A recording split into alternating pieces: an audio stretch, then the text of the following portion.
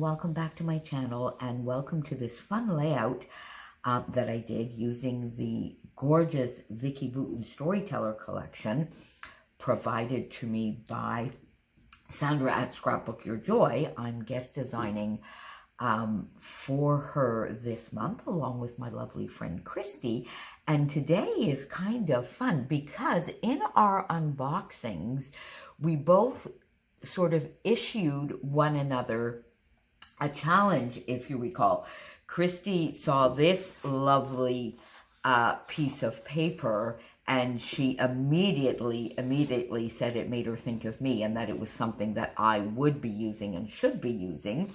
And in my unboxing, I did the same thing with a lovely piece of paper that to me just screamed Christy. And it so happens that we will both be putting those layouts up today. So I think that's kind of a little bit of a fun twist. So here I am with that sort of challenge issued to me by Christy.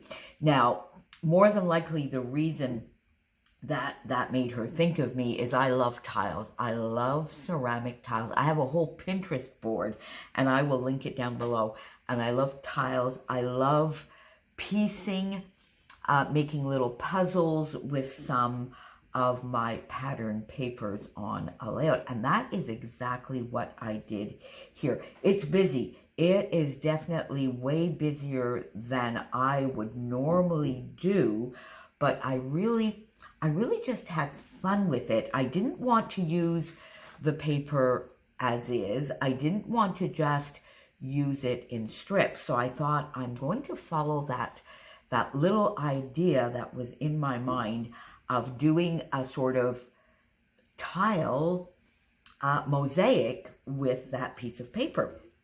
And as you can see, I still have tons left over.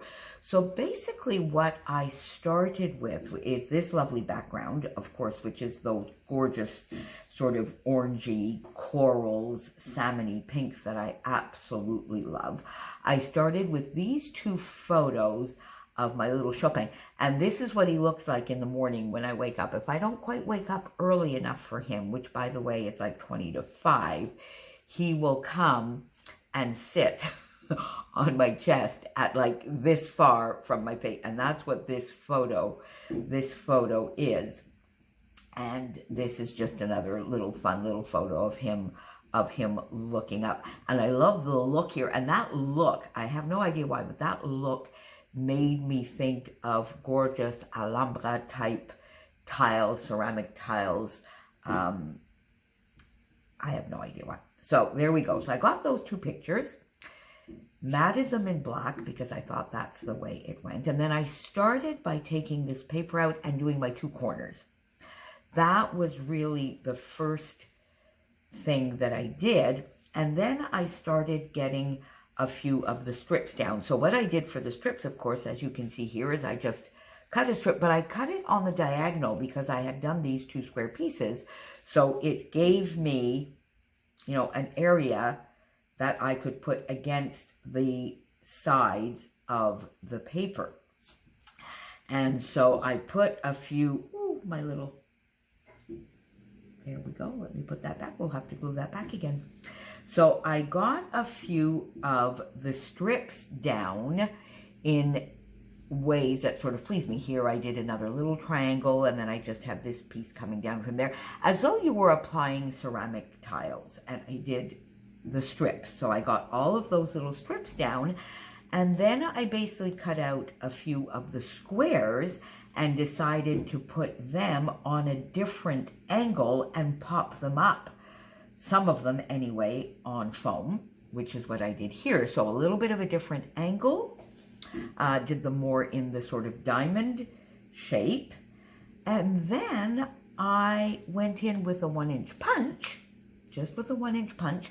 And those that lent themselves to that, the squares, like you see here, there's a circle, there's a circle, there's a circle, smaller circle.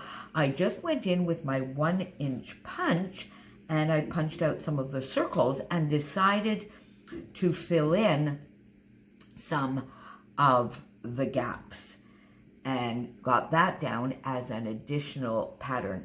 And then I said, oh my goodness me, that's busy, because I think I just got carried away with myself. That was probably not my initial idea, but in the end, I kind of love it. It's busy, it's mosaic, it's fun, and it's frugal, because really all this is one piece of paper as the background, a little more than half the sheet, but I could definitely do this again on a smaller scale with another sheet of paper, and then just a few little bits and pieces, because it really needs very, very little embellishment.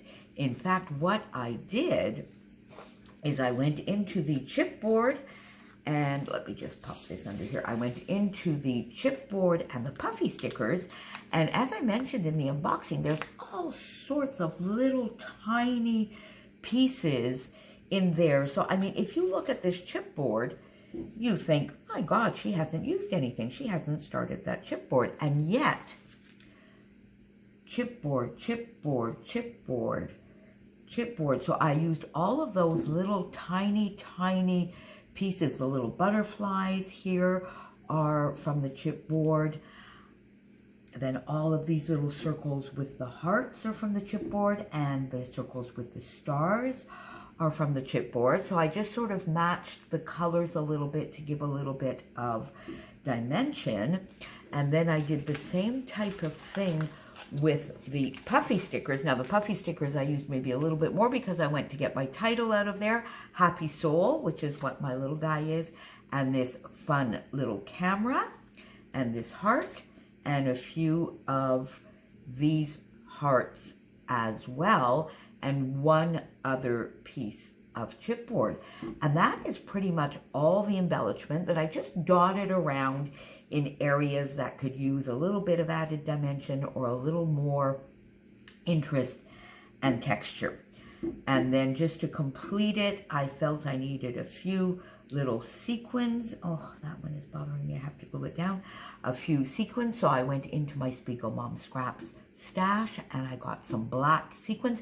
Now, oddly enough, the first set that I found was Penguin Suit, and the black sequins were flat.